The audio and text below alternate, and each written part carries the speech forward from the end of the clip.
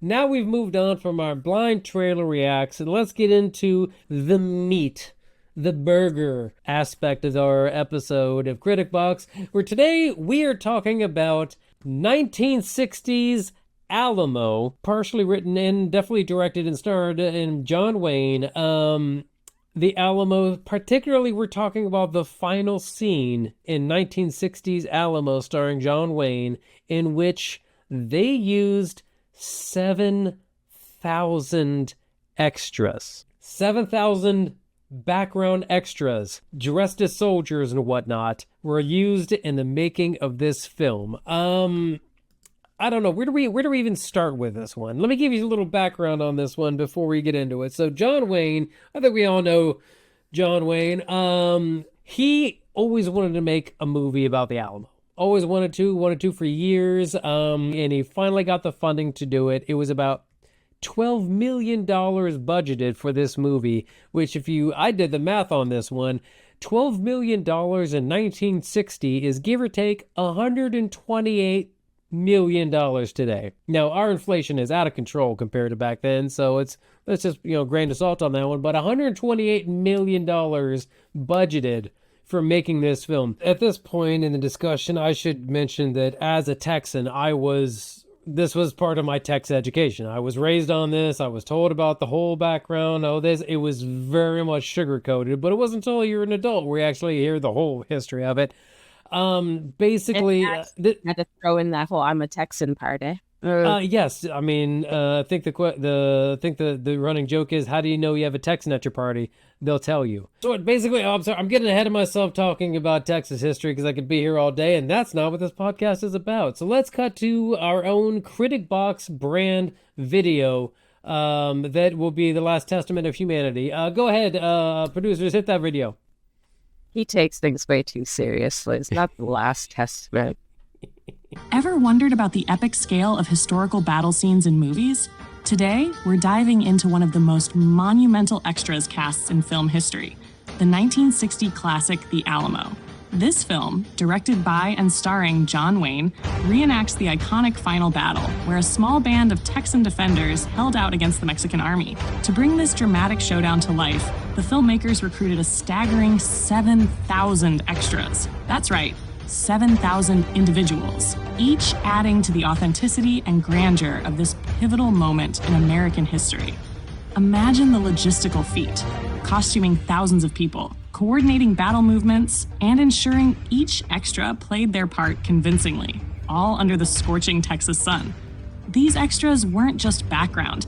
They were the living, breathing heart of the battlefield, transforming an ordinary set into a historically immersive experience. What makes this even more impressive is that many of these extras were actually locals from the Texas area, lending a layer of realism to the scenes. They brought their own unique flair and energy, making the battle scenes both chaotic and captivating. Moreover, the sheer scale of the final battle scene was matched by the intricate detail put into the set design. The Alamo Fortress was meticulously recreated to reflect its historical counterpart, providing a rich backdrop for the thousands of extras to engage in battle. So, next time you watch The Alamo, take a moment to appreciate the sheer dedication and scale that went into recreating this legendary battle. So, what's crazy is, 7,000 extras, 7,000 individual costumes, 7,000 lunches, 7,000 toilet flushes, just all the logistics of that alone. The craziest part about this is there weren't even 7,000 people at the real battle of the Alamo. It was like 2,000 people. Like, that was 2,000 Mexicans and like 180 like Texans. That was it. That was the whole total of the battle. But I'm like, yo, John, you could have like maybe sacked like 5,000 of those extras and saved yourself some money and time. But no. No, he couldn't. It was an artistic decision. It was an executive artistic decision. And like I said, it's a decision that he was making from like earlier scenes in the movie where he was just going to chock full the frame of everything. Like if he could have thrown a kitchen sink, if anyhow the kitchen sink flying across the frame would have worked in the story of the Alamo, John Wayne would have put it in. And he said he wanted 7,000 extras, which I can only think was a logistical, administrative, production nightmare for the people behind the scenes to manage and direct and wrangle so many people for like days on end and choreograph them, because they had to know what they were doing. So, I mean, just the prep time that I think is involved with this.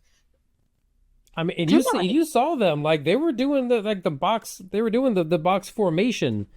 Yeah. Like the walk and everything. Like they had to be like, all right, guys, here's how you guys march. You got to make it look like you've been training like this forever. You know, got to make it look natural, whatever. And not to mention horses, just horses flying around, and then stunt guys flying off of them, and the horses, dropping, hitting the ground, and getting up and running off and everything. Like nightmarish. What did the toilets look like? Why are you so fascinated with the toilets? Because I've done background work, man, and like I've been on set like at most 50 to 80 people, and that's like a lot. Okay, it's like a lot of people and very frustrated assistant directors, and I can't imagine like without having to wrangle and choreograph and facilitate all that. I mean, it would take you at least 2-3 hours in the morning just to get everybody signed in. That's it. Like that's the logistics of that are just nightmarish. Which, by the way, I just want to mention that Alamo historian Timothy Todd has said of this movie, there is not a single scene in the Alamo which corresponds to a historically verifiable incident, and I love that so much. Not a single solitary one. Like not a single scene. Not a scene can be coordinated to any scene in history. None of it was accurate. John Wayne said, "I didn't do this for historical accuracy, buddies. I didn't. That's not this. This is my. Again, this is more than 3 times the amount of people that were actually at the Battle of the Alamo. This is my Alamo." That's what John Wayne said. God damn it! This is my Alamo. But getting back to what the logistical nightmare, what it must have been to have 7,000 people on set for like the 2 or 3 days that it took to film this last scene, and the amount of money that was spent just caring for these people. That is why. Okay, first point, where I say movies that were made back in 1960, 50, like the Turner Classic movies, that era type thing. This is why fundamentally they're better in some senses, because they did not have what we have or what filmmakers have today in order to make these films.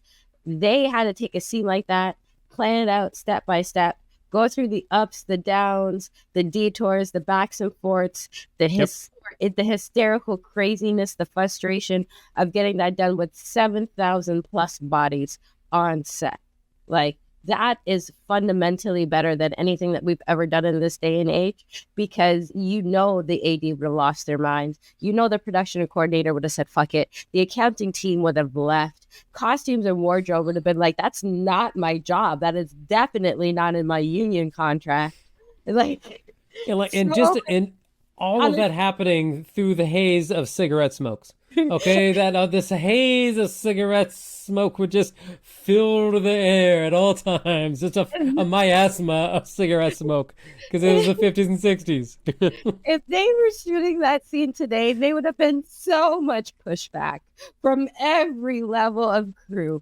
They wouldn't do it. They wouldn't do it to this. Like, they don't do that anymore, like, at all. We're like, guys, we have computers. We need like 30 people, and then we'll just reposition them, and we'll make it look like a whole giant fucking army. Like, that's what they did. Back then, they're like, nah, man, we need it. We need every bit of it. Like, we need that blood, sweat, and tears.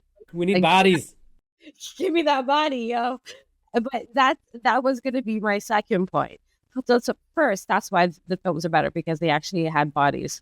But the studios owned everyone, by the way. That's like, everybody there was signed to, I think it was United Artists or something like that. Like, it was like your life is signed to that studio. So they were like, I guess like, 7,000. Yeah, we have enough in the roster. Let's sign them in. With a SAG card, baby. Yeah, but it's still dangling that card right now. Like, hey, you want the union? You want the union? Do enough of these. No, okay. But the second thing is, like, yes, most definitely. In a movie in this day and age, And if you needed that amount of bodies as extras, or like if they, let's say they're doing a concert scene or whatever, unless it's the one that was with Lady Gaga and what's his name, the with the movie. Joker 2, Fleur de Lis or whatever. No, the good one that she did with the musician. The Western one with looking, what's his face? Yeah, I'm gonna let you search that one. Okay, but that movie where they actually shot it in the stadium in the midst of a concert. Unless it's something like that where the timing is just absolutely right and the thousands of bodies happen to be there on the set in that day. What people are doing nowadays is just simply freaking CGIing it. Like if you watch A Star Is Born, exactly. They actually shot that in a stadium during the middle of somebody else's concert. So no, those bodies were real and there were actual people. But let's say, okay, that made sense. That was like, hey, you're here anyways. Well, let's just, Exactly. But like in every other opportunity to get that quantity of people on set, directors, filmmakers, their studios, they're making the decision to CGI those particular scenes and those bodies. Like if you watch Michael Jackson, This Is It. And there's a portion of the movie and This Is It where they're taking people through the rehearsal for They Don't Care About Us, and what it was like for him to shoot the background, what was going to be playing on him while he was on stage performing the song on the screen behind him on the stage. And so they were rehearsing it in this VFX studio, and it was maybe like 10 guys, and they had them dressed up in costume. And then by the time you saw the final product of the video, those 10 guys doing the choreography in costume had multiplied to hundreds of thousands of army personnel doing the choreography in costume. So when Michael Jackson got up on that stage and he had his background dancers, the screen behind his background dancers had more background dancers, and it just looked like infinite cascading. With people for miles. And that is just literally how it's done. Okay. A good LED screen and some footage. And we get a great plate shot and we take it from there. And I love that part of filmmaking because it's infinitely cheaper, because to pay 7,000 people, to feed people didn't get paid right. People. There ain't no way you got paid right. If you were like, I'm one of 7,000, like they're screwing up payroll. They're to transport at least half of those 7,000 people. It is just... Unless they had 7,000 envelopes of cash that you're being handed as you walk out. Like, there ain't no way they did that right. It's a great scene. It was completely unnecessary. It was completely it was completely gluttonous from a filmmaker's point of view, seeing how this movie has no historical accuracy based on the Alamo at all. And it just seems like it was a vanity movie for John Wayne to do at the time, to be like, yes, I can direct. It was an anti-communist style, notes that were put in there on purpose. Yeah. It's like he had his own personal Elon Musk funder behind him, and they're like, this is what we're going to do to tell our political position of the time. And yeah, that's called John Wayne. Yeah, that was him. And like, he didn't have to do it, but he chose to do it. In the movie, it looks great. Yeah, can't say it doesn't. But the amount of work that must have been involved with that. Bananas. And the fact that we're talking about that film made at that time, in a day and age where if we as humans find something too hard to do, we click chat GPT and get the latest AI tech on it to simplify our lives. To watch that back and be like, this man didn't have to spend that money. He wasn't telling a true story at all. This was just about here feeding his ego. And he had the audacity to put 7,000 people in one freaking scene. The waste. The gluttonous waste. Like, oh my God. Sorry. Like, I mean, yeah, no, that's what he did, and he wanted to do it, and he did it. And he spent a lot of his own money to make that movie. He didn't make his money back for like 10 years after, because it cost so much money. He didn't get it back till like 1971. Yeah. I mean, he did it. It obviously it was one of those. it was one of those decisions where he's like, my name is John Wayne. I'm going to do whatever the hell I feel like freaking doing. But just looking back at that with the hindsight that I have about filmmaking today, man, whoever signed that check, how long were they able to live with themselves after, especially if they lived to like maybe 80, 85. Yep. If they lived to like 85, maybe about 90, 92, and you're like, oh my God, I spent that much? Still smoking. Yep. Our hearts go out to all of our fellow film friends in LA right now, going through a terrible time with the fires and everything going on there. Death toll is rising. Countless hundreds, thousands now homeless. Like, the whole area is being wrecked and ravaged right now, and not on top of that, you're being screwed over by insurance companies. So hearts go out to everybody in the industry out there in LA affected by it. We hope you make it go through, and if you need a second home, you are absolutely welcome in Toronto. Come on over. Exchange rate's great. We'll take care of you. We're still keeping our nationality, y'all, okay? So... I still have 2 passports, so we'll see. Well, I don't want to go down. I don't want to go down in passports. I want to go up in passports. I want to go down. For the person who only has one, come on by. You're welcome to stay here. But we're still going to be Canadian after all said and done. But yes, most definitely to everybody who is in LA who is going through it right now. May God be with you. Please stay safe. Keep your family safe as best as you can. And know that one day it will be over. Just hang on. It will be. And on that note, I'm Jarrod. This is Aundreya. We are Critic Box, a lovable, fun time TV film podcast thing on YouTube as we inch ever closer to 1,000 subscribers and world domination. We will see you more throughout 2025. Probably every week or so, we'll be putting one of these and checking out new things and keeping you in touch with stuff. We'll see you guys around. It's going to be a year, and hopefully you strapped in with us. Thank you for hitting the like and subscribe in the comments. It means a lot. We hit you back as much as we can in the comment section. But we'll see you guys around. We are Critic Box. Employ us. Please hire us. Please hire us. I want to work this year. I want to work a lot. We love you. Bye.